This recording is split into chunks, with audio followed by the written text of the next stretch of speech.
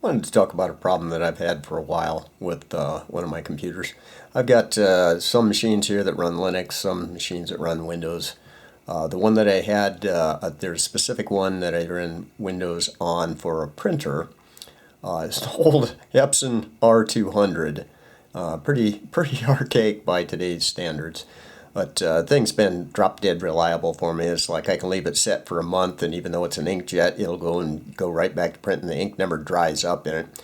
I had a bigger wide format Epson that was like if you left it set more than 2 or 3 days, that thing would clog, and it's like I finally had to give up on that one because it just was it's costing a fortune to keep ink running through it for printing.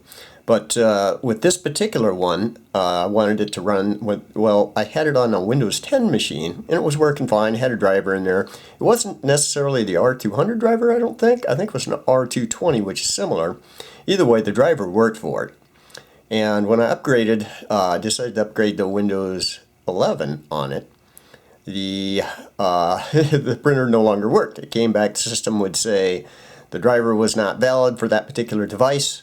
And no matter what I was trying, it wouldn't select any kind of a driver on it.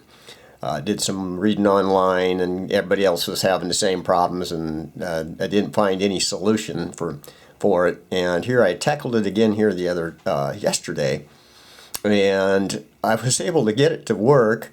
I'll show the process that I did on it. This should, for most, I think, older printers, you may be able to have this at least pull up the driver if you can't find the driver. So here's the deal. So if you look at this here, hopefully this is visible. Up here, there was an entry right there that says Epson stylus right there, R200. And because it's saying find drivers, this one, it basically says driver is unavailable. And what I ended up doing was I went up here to the add device, clicked on that. It'll pop up a dialog here after a bit if everything all goes right. And so the printer one isn't listed, so then I go through and I would say add new device manually. Came down here and clicked on this, the add local printer or network printer with manual settings. Clicked the next button down there. And what I did was I went up, found the port. It's like, fortunately, it can see the Epson on the port. So on the USB 001, it had the R200. So I select that, and I click next on that. And at that point in time, what popped up was just a few printers on here. There's a whole list here right now, but that's because of what I did.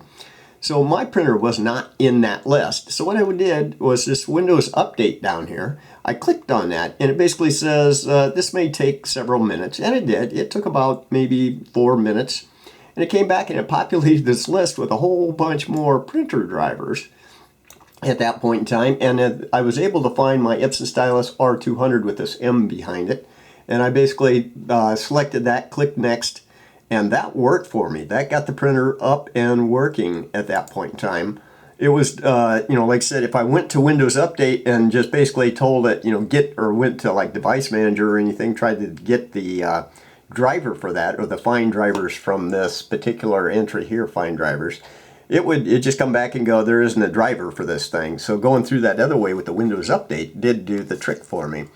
Whether or not that will work for you or not, I don't know, but it did work for me, and it got an old printer up and online for me, so pretty happy about that. Hopefully something like that helps somebody else. Always trying to give little tips of what works for me when I hit some problem that I've seen other people have. Anyway, that's what I got for now. We'll shoot more videos again, as always, later.